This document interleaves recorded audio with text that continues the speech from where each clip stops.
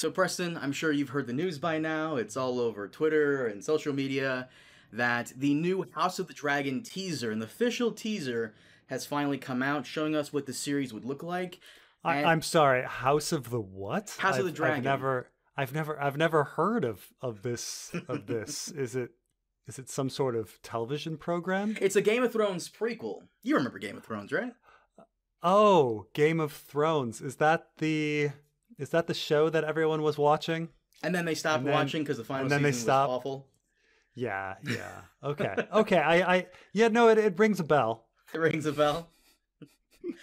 I gotta say, Yes. I've seen the trailer. I've seen the teaser, actually. It's not a trailer, it's a teaser. I've seen the teaser at least 10, 15 times. Super short. It doesn't take long. Some nice little Easter eggs in there, especially if you're a book fan, that they didn't really have to do, but I'm glad they put it in there. So far, just by looking at this teaser, I like the look of it. I love Daemon Targaryen's dragon armor. It's much more detailed. It's much, according to looking at these shots, it's much more detailed. It's much,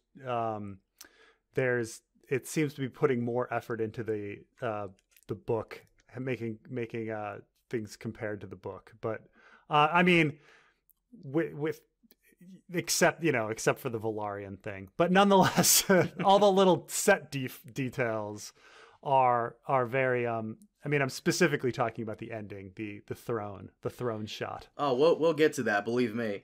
But first, let's check out the teaser. And it opens up with Daemon Targaryen, Matt Smith's Daemon Targaryen, walking through Dragonstone, and a voiceover from Matt Smith throughout the entire teaser, actually. And I gotta say, I expected to really hate the hell out of his hair, because in the leaked images, it looked off, but on screen, it's not that bad.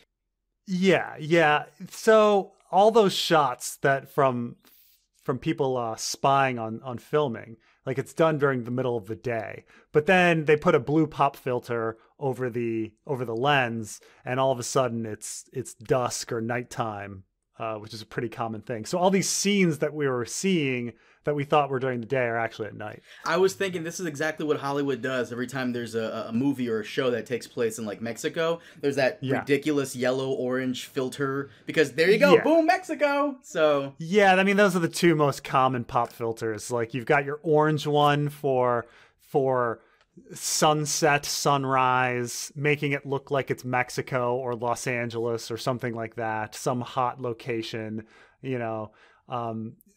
Madagascar at the beginning of Casino Royale, wherever you want. And then you've got the blue ones, which make everything look like they're in Northern Europe or nighttime or dusk. And then the very rarely used green one, which was used in The Matrix. Or the one where there's no color in every Zack Snyder film. But it's pretty standard. I mean, if you've ever done theater, you know about these like very green, these thin film kind of things. They're just colored cellophane essentially, and they just pop something in front of their camera, and it films in a different color to make it seem like it's nighttime. Yeah. Here's the thing, though. Some people are arguing that this is a genuine nighttime shot, that, they didn't put a filter over it because the costumes look a little different. I don't know. Honestly, I don't mind it too much, because after, like, the atrocious, like, darkness that was the Long Night episode, and even that one episode in Season 7 where Euron attacks the allied Targaryen fleet, I'm fine with this. As long as I can see what the fuck is happening, I'm okay. Sometimes they go too far with it. I really hate the Underworld series. Have you ever seen Underworld? Unfortunately. It's, and they made several movies. They put it on everything, and I can't see anything, and it gives everything the same look and same feel, and it makes it a very forgettable movie. They did it actually for Hellboy 1, but not for Hellboy 2. But Hellboy 1 has this like permanent blue filter, and then Hellboy sticks out because he's bright red, but everything else is just this dull, like, oh god, blue. But this seems like it's just for this shot, one nighttime shot. But I do dislike overuse of the blue pop filter, and I dislike overuse of the orange pop filter. But use it for certain times and then be done. Okay. Like show me reality. Show me what's actually there. That's what I prefer to see. The funny thing is, and I know we're like harping on this way too much, but it matters. It fucking matters. Lord of the Rings did the Battle of Helm's Deep perfectly. Like it's at nighttime and I can see everything just fine. Oh yeah. Unlike the battle at Winterfell where the others attack, right? Where you can't see anything. Preston, stop it. You're killing me. Next up, we get some cool shots of what appears to be a dragon skull, possibly Balerion, who died before the start of the series. Although some people are saying that it's the dragon's not really dead, that it could be Vhagar and... Yeah, I was trying to... I'm stopping it right here to look at him. I mean, that definitely looks like a skull to me. Some people are blowing up the image. They're lighting it up and saying it's Vhagar because an older dragon, I guess, looks like almost skeletal. I don't. That's what some people are saying. To me, it looks like a skull. Next up, we get a shot of the Hand of the King pin. It looks a little different, but from what it looks like, it's being pinned on Otto Hightower. I checked with the officially released images. That looks like his clothes. His beard, his little gray beard on the bottom. Okay. And after that, we get Viserys Targaryen, the first of his name, played by Paddy Considine. I think I'm saying his name right. And in his hand, it appears to be Blackfire, one of the Targaryen Valyrian steel swords. It's got dragon wings on it. Dragon wings in a spiral for the pommel. Well, that's the thing. Are those dragon wings? They don't look like wings to me. At first I was wondering, when I looked at it, I was wondering about if they were webs of something sea related, like seahorses. But no, it does look like the pommel is like a spiral of dragon wings, and then there's definitely dragon wings on the guard with two heads of dragons making up the guard of the sword. I was gonna say this could be like a random sword that has like dragon markings on it because Targaryens. I was gonna say that because in every depiction of Blackfire, it always has like a red ruby on it. Yeah, I mean, but why would they show any sword other than Blackfire at this point, right? I think they were trying to zone in more on the Targaryen ring, maybe, and I want you to be right, but at the same time, it kind of annoys me that there's no like red ruby on it. Just I'm nitpicking, of course, but still. Sure. Next scene we have here is let's see here. We get a quick shot of a younger Rhaenyra, which I think they should have saved for the show, shown more of Emma Darcy as Rhaenyra instead of her younger counterpart. Well, I mean, I don't know how this is going to be done. It just flashbacks constantly because we are talking about a lot of events that are happening over many years. So, I mean, my assumption, looking at the sinister look on Daemon Targaryen's face, that they're gearing up for war, and so they must be flashing back to various events that led up to this gearing up for war. Is that how you think that the structure of the story is going to go? The funny thing is that Game of Thrones never did this. They've only had Game of Thrones only ever had 3 flashback scenes. Hodor's I guess thing. That Hodor. Well, Hodor doesn't even count, right? Because that's actually in Bran's dreams. So I mean, the only proper flashback they did, I guess, was Cersei's going to the Maggie the Frog, right? Yeah, I guess so. I can't think of anything else that was really a flashback other than Bran's, exposition machine. Of course, not useless exposition machine. Well, we're either getting a lot of flashbacks or a time jump early on, which I'm not too keen on. I much prefer flashbacks, and I'm watching Better Call Saul right now, and I like what they did with season 1, where in almost every episode in the beginning there's a flashback with him or other characters. I'd be cool with that. So this would actually explain why they're doing the blue pop filter, because if you want to establish something in 2 different time periods, you to make it easy on viewers, you might want to cue them in with a different way of filming. Sort of like in the Matrix, when he's in the Matrix, it's green, and when he's out of the Matrix, it's blue. And so you can kind of figure out, your mind adjusts. Or if you watch Memento, when he does, certain flashbacks are in black and white while other ones are in color, so you can keep things straight. So it may be that, present day, their current, or, not present day, but at the time of Daemon and Rhaenyra on the beach, that's a different time period. So they want to put that in a blue pop filter. So when they flash back, your mind understands that they're at different times. I actually would like that. I wouldn't mind it. Yeah. In the next scene, we get Daemon in dragon armor, and you guys know me, I love this shit. I loved it when Game of Thrones did it.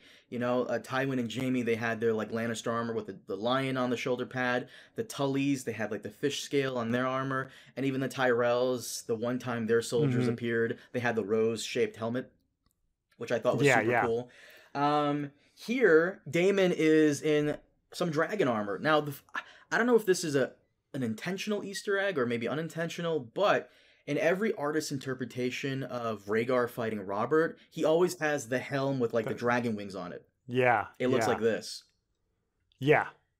I mean, it's only a split second that you get to see them dragon wings. I do like the panache of his red plume on the back. That's a nice touch, considering how ostentatious Daemon Targaryen is supposed to be. And in this, it's confirmed he's fighting Christian Cole, because if you look closely, Christian has like the Morning Star with him. Yeah. And if you also look closely, Daemon has Dark Sister with him. I mean, it's not really, can't really see much. Yeah, I mean, we see some wings. Mm-hmm. And the dragon egg pommel. A dragon egg pommel. That's okay. That's nice. The thing is, though, I do wonder if they're even doing Dark Sister, because every Valyrian steel sword we've ever seen looks, the blade looks shinier and better, and this looks like just some random sword. Yeah. It's funny that so much attention is given to the swords and people caring about that. Like, oh my gosh, maybe Longclaw is secretly Dark Sister in disguise. And you're like, who cares? The only sword that so far has had, well, I mean, Jon getting Longclaw is perhaps relevant because it's a great sword and it allows him to be a better fighter. And Blackfire has big significance on who wields it and their legitimacy. Mm-hmm. But for the most part, so far, like, who cares about these swords? Like, it doesn't matter. It's like, well, it's nice little Easter eggs from the book that people really hone in on. Which, I'm talking about people's fans' obsession with the swords in the books. Like, okay, I mean, they're just swords. It's fine. Right, but they allow like a certain character to stand out. Like, you want certain special characters to have special equipment. I get it. I mean, we're supposed to be like, ooh, Lyn Corbray, he's a badass and more dangerous than we think he is because he has a Valyrian sword, like, or something like that. But it doesn't add too much, to give it a name, have its own history. Each sword has to have this incredible, unique history of how it's passed down and where it ended up historically. Couldn't just be on somebody's wall for 500 years. Preston, that's boring. We gotta have like the cool characters, have like the cool armor that makes them stand out. After this, we get a quick shot of the Velaryons, and I gotta say, for the most part, they look okay, but some of their members, like in the back, look a little off. Which is weird because Steve Toussaint, who plays Corlys Velaryon, he looks cool in his dreads, but some of the others, I don't know if it's the lighting, but someone on Twitter said it best. They kind of look like vampires. Yeah, absolutely. I mean, everybody looks like a vampire in this. If you go back to Daemon on the beach, because it's given the underworld blue lighting, he looks like a freaking vampire. To be fair, this guy's so. Once again, I have white skin myself, and Preston's a white guy too. But this dude is specifically white. Like, if he opened his mouth and there's like fangs there, I'd be like, oh, yeah, okay, that makes sense. But now you're talking about Corlys looking like a Blackula. The funny thing is, he looks fine. It's just like I guess the person next to him is Rhaenys. Yeah, the queen who never was, I imagine. She looks like she could be Dracula's wife. Like I don't know what's going on there. Well, what's funny is, you know how I made the Blackula joke, but like that's Blackula's hair, like facial hair was a mutton chop Oh, like really? that. Yeah, or at least he had some extra hair that kind of crossed his cheek like that up into his mustache. It's not precisely it, but it's funny that you say he looks like a vampire and he's a black guy and he's got very similar hair to Blackula. So right after they're walking in, we get a quick shot of Damon's mistress, Mysara. Yeah, which is also funny because her nickname is the White Worm, and she looks very dark, but but it's fine. I don't care. I need to send this to you. Hold on. I got you have to see. I don't know if you caught this. This is a great. I paused it at the right moment too. Check this out. I sent it to you again. I sent you another one. So that's Alicent Hightower, and if you look closely in the back, you get the new Kingsguard, their new armor. But in her hand, that looks like the cat's paw blade, the same blade Littlefinger used to have Bran assassinated. I'm sure some people would recognize it better if I said it was the weapon Arya used to kill the fucking Night King. Yeah. Let me look at the cat's paw dagger again, side by side to look at the So here's the comparison. thing. I already did this. Here's the thing. It looks nearly identical, but there are some like alterations. Like it has the little like nail sticking out the back, and the rubies there. It's true. It's got the ruby. It's got that extra line on the blade. Her hand is covering the grips. But you know, they're supposed to. But what's the difference? Well, this is a very minute difference, but where the blade meets the handle, that's the only different part. Everything else is the same. I see. Yeah, where that blade meets the handle, it looks like an X-Acto knife. Here's the thing. They could on the one hand be saying, okay, these are both Valyrian daggers. Valyrian daggers should look similar. Or it could be, this is a new design company. We're gonna make the design look differently, just how the Iron Throne looks different, just like how Klingons look different from the original series to the movies to Next Generation. To the new Star Trek has them look different as well. So like everybody wants their own little design of the same thing. So it's impossible to tell if it's the same dagger or not. Like it could be, it's obviously a different dagger physically. Like prop wise, it's a different. It may be dagger. an unintentional Easter egg or an intentional one, but I doubt it's the same dagger. It might just be a nice little Easter egg. Yeah, I mean, you're saying plot wise. I mean, it's definitely not the same prop, but no, it's not. They're very similar. Like plot wise, could it be the same dagger? Maybe, but probably not. I don't know why they would do that, but to throw in Easter eggs on purpose. I mean, I don't mind that because.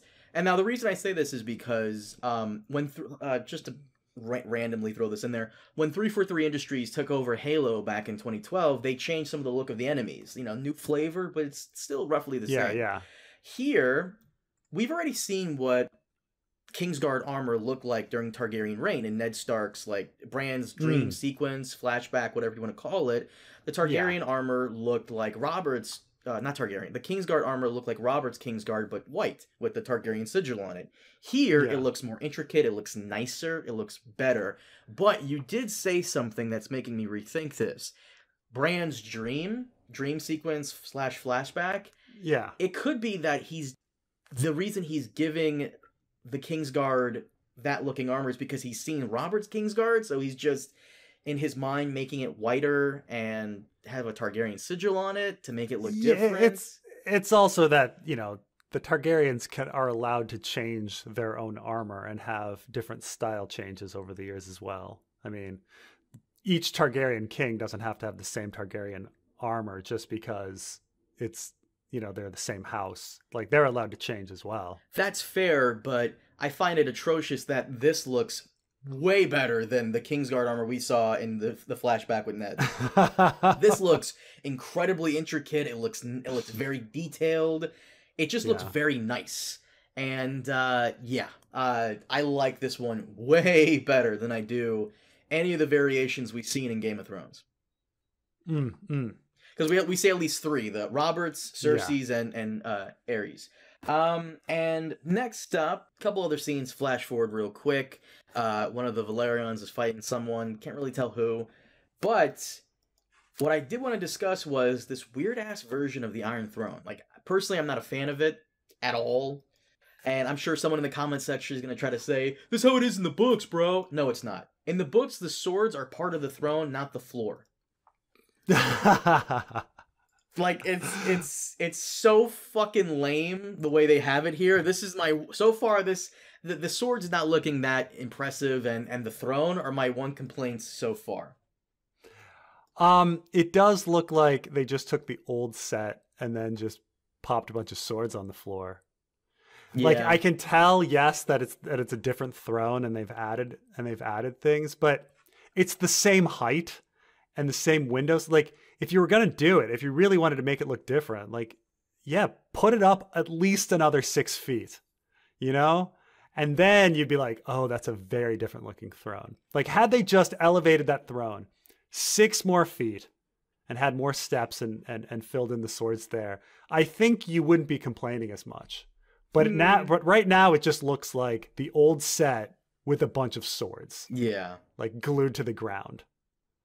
There was nothing wrong with the original Iron Throne. I mean, fuck it, put more swords on it if you want to make it look different, but this just looks fucking silly. Also, the melting of it, I mean, in this scene, and granted, you know, there's post-production stuff, but this just looks like somebody just freaking jizzed all over the floor. Like, I understand it's melted swords and stuff, but they don't look entangled in a mess of agony. Like, you know, it kind of, you imagine these swords being twisted and reflecting the agony of the people that died, right? And this looks like a bunch of swords sticking up and then a bunch of gunk, like a bunch of gunk on the floor. To give it the benefit of the doubt, and to play devil's advocate, it could be a dream sequence where, like, the Iron Throne is, like, corrupted or some shit. I don't know. The funny thing is, once again, to break away from the series for a minute, so in the series One Piece, they have this thing called the Empty Throne with swords all around it, which is supposed to symbolize all the kings who came together to form the world government in a show of unity, I guess. And maybe that's what they're going for here. Maybe when Aegon conquered most of Westeros, he brought all the High Lords together in the throne room, and they did something similar. I don't know. I'm just trying to make sense of it. Yeah. I mean, I think at first I was, the fanboy of me was like, oh my gosh, there's more swords. And then looking at it again, I think I'm kind of with you. I was at first very excited because it was similar to the famous picture by Simonetti. You know what I'm talking about. Why does that sound familiar? Mark Simonetti's Iron Throne picture, which is beautiful. Like, that's beautiful. Let me see if I can find it. Just put it. Oh, I see it. Yeah, it's the one that George said this is what the throne looks like in his head. Yeah, I mean, it's put together so beautifully in that there's all these swords. They're twisting around in agony. You feel the anguish and the pain and the war and the destruction in that. Like, it's a terrible looking piece. It's a brilliant piece of art. For like a high fantasy, I have to say though, this looks cool, but it's fucking ridiculous. It's like a really high like chair. It goes. I mean, the Iron Throne itself is just so bloody impractical. Like, why would anyone sit on a chair that you're going to get cut like constantly on? Where many people have been cut, and a guy was like impaled. Yeah, impaled. Right. Like, honestly, like, put down a blanket or something. Like do something. Like, no one would humanly do that. Like, it's so impractical. You're king with infinite power. You can do whatever you want. You know, be like, you know what?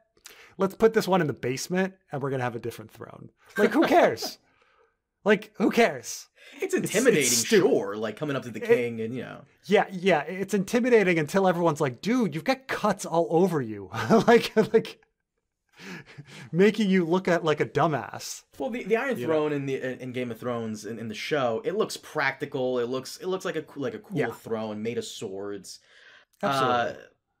They could have just done that. Whatever.